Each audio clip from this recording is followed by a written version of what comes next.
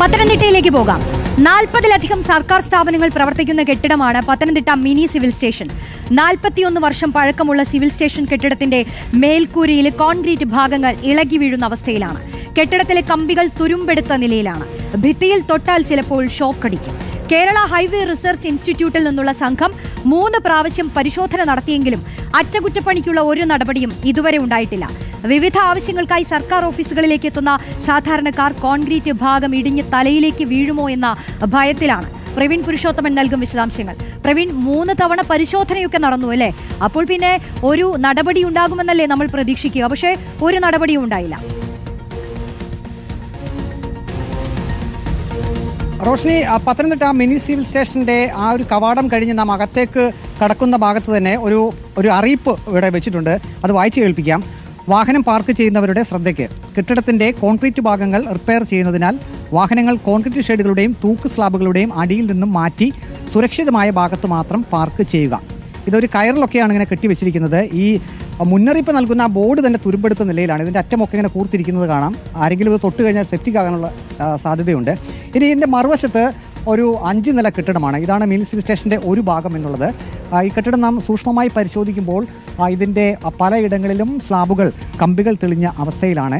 നമുക്ക് ഇതിനടിയിൽ നിൽക്കുമ്പോൾ, മുകളിലേക്ക് നോക്കുമ്പോൾ നമുക്കതിൻ്റെ ഒരു ഭീകരത നമുക്ക് മനസ്സിലാകും. ആരുടെയെങ്കിലും തലയിലേക്ക് ഇതിൻ്റെ ചെറിയൊരു പാളി വീണാൽ മതി, അത് വലിയ അപകടത്തിലേക്ക് കലാശിക്കും. നേരത്തെ വിശദമായിട്ടുള്ള പഠനമൊക്കെ ഇത് സംബന്ധിച്ച് നടന്നിരുന്നു. ഇവിടെ 40-ലധികം സർക്കാർ ഓഫീസിലാണ് പ്രവർത്തിക്കുന്നത്. 1ാം ക്ലാസ് ജുഡീഷ്യൽ മജിസ്ട്രേറ്റ് കോടതി ഇവിടെ പ്രവർത്തിക്കുന്നു. ഒപ്പം തന്നെ അഗ്രികൾച്ചർ അനക്സ് ഓഫീസ് പ്രവർത്തിക്കുന്നുണ്ട്. സർക്കാർ പ്ലീഡറുടെ ഓഫീസ് പ്രവർത്തിക്കുന്നു. റവന്യൂ റിക്കവറി ഓഫീസ് പ്രവർത്തിക്കുന്നു. ജില്ലാ പ്രൊബേഷൻ ഓഫീസ് പ്രവർത്തിക്കുന്നു. സഹകരണ ഓഡിറ്റ് അസിസ്റ്റന്റ് ഡയറക്ടറുടെ ഓഫീസ് പ്രവർത്തിക്കുന്നു. അങ്ങനെ 40ഓളം വിവിധ സർക്കാർ ഓഫീസുകളാണ് ഇവിടെ പ്രവർത്തിക്കുന്നത്. ഇപ്പോൾ ഇവിടെ അറ്റകുറ്റപ്പണി നടത്തിയ, ഇവിടെ നിന്ന് മാറ്റിയ ഈ സ്ലാബിന്റെ ഭാഗങ്ങളൊക്കെ കാണാൻ സാധിക്കും. ഇങ്ങനെയുള്ള ഭാഗങ്ങളൊക്കെയാണ്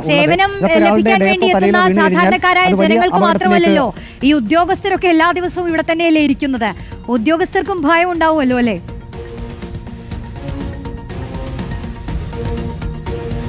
അതേ റോഷ്നി, സാധാരണക്കാർ മാത്രമല്ലല്ലോ, എത്ര 40 സർക്കാർ ഓഫീസ് എന്ന് പറയുമ്പോൾ തന്നെ നമുക്ക് മനസ്സിലാക്കാമല്ലോ എത്ര ജീവനക്കാർ ഇവിടെ കാണുമെന്നുള്ളത്. പ്രധാനമായും ഒരു പരാതി ഇപ്പോൾ വന്നിരിക്കുന്നത്, ഈ കാണുന്ന ഭിത്തിയിലൊക്കെ വിള്ളലുകൾ ഉണ്ട്, കമ്പികളൊക്കെ തെളിഞ്ഞ അവസ്ഥയാണ് പലയിടങ്ങളിലും.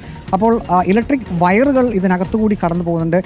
ചില സമയങ്ങളിലൊക്കെ ഭിത്തിയിൽ നാം അറിയാതെയൊക്കെ തൊടുകയാണെങ്കിൽ ചെറിയ തോതിൽ ഷോക്കടിക്കുന്ന ഒരവസ്ഥയും ഉണ്ടായിട്ടുണ്ട്.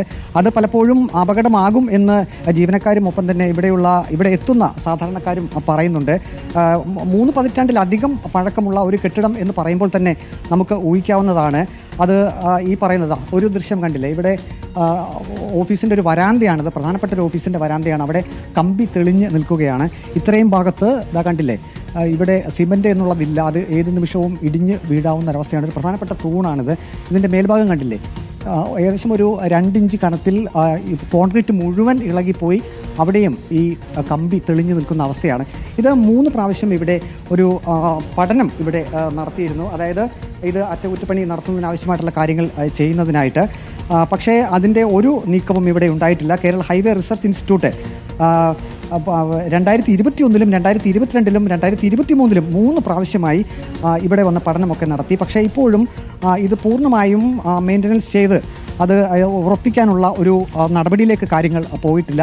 കോടതി സമുച്ചയമുണ്ട്, ഒപ്പം തന്നെ മറ്റ് സർക്കാർ ഓഫീസുകളുണ്ട്. ഇതിൻ്റെ പരിസരമൊക്കെ നാം കാണുക. ഇവിടുത്തെ ലിഫ്റ്റ് സംബന്ധിച്ചും വലിയ പരാതികളുണ്ടായിരുന്നു. ഒരു പ്രധാനപ്പെട്ട ഒരു പില്ലറിൻ്റെ അവസ്ഥ കാണുക, കണ്ടില്ലേ, ഇത് വലിയ ഒരു വിള്ളൽ തന്നെയാണ്, കോൺക്രീറ്റ് പാളിയുടെ ഒരു വലിയ വിള്ളൽ. ഇത് ഈ 5 നില കെട്ടിടത്തിൻ്റെ പ്രധാന പില്ലറാണ് എന്ന് ഓർത്തുകൊള്ളണം. അതിൻ്റെ ഏറ്റവും അടിയിലെ ഭാഗമാണ് കണ്ടില്ലേ, ഇത്രയും ഒരു 2 ഇഞ്ചിലധികം വലിപ്പത്തിലൊരു വിള്ളൽ ഉണ്ടായിരിക്കുന്നത്. ഇതൊക്കെ എത്രയോ കാലങ്ങൾക്ക് മുന്നേ ഇതൊക്കെ ചെയ്യേണ്ടതായിരുന്നു. കാരണം കാലപ്പഴക്കമുള്ള കെട്ടിടമാണ്, പ്രധാനപ്പെട്ട പില്ലറാണ്. അപ്പോൾ അത് അറ്റകുറ്റപ്പണി നടത്തി അത് സുരക്ഷിതമാക്കുക എന്നുള്ളത് വകുപ്പിൻ്റെ തന്നെ ചുമതലയാണ്. പക്ഷേ ഒന്നും നടക്കുന്നില്ല, പഠനങ്ങൾ മാത്രം നടക്കുന്നു. അതിനുശേഷം അത് പഠനങ്ങൾ കടലാസിൽ മാത്രം ഒതുങ്ങുന്നു. ഏതായാലും ഇക്കാര്യത്തിൽ ഇവിടെ വരുന്ന ആളുകൾക്കൊക്കെ വലിയൊരു പരാതിയുണ്ട്. നല്ല മഴ പെയ്യുകയാണെങ്കിൽ ചോർച്ചയുണ്ട് റോഷ്നി. ലിഫ്റ്റിൻ്റെ ഭാഗത്തൊക്കെ നമുക്ക് കാണാം, ലിഫ്റ്റ് വെച്ചിരിക്കുന്നത് പഴയ ഒരു കെട്ടിടത്തിലാണ്. ആ കെട്ടിടത്തിന്റെ മുകൾ വശം വെള്ളം ഇറങ്ങി പരിതാപകരമായ അവസ്ഥ തന്നെയാണ്. എന്തായാലും ഇത്തരം കൂടുതൽ ദൃശ്യങ്ങളിലേക്ക് നമുക്ക് മുൻപ് ഇപ്പോൾ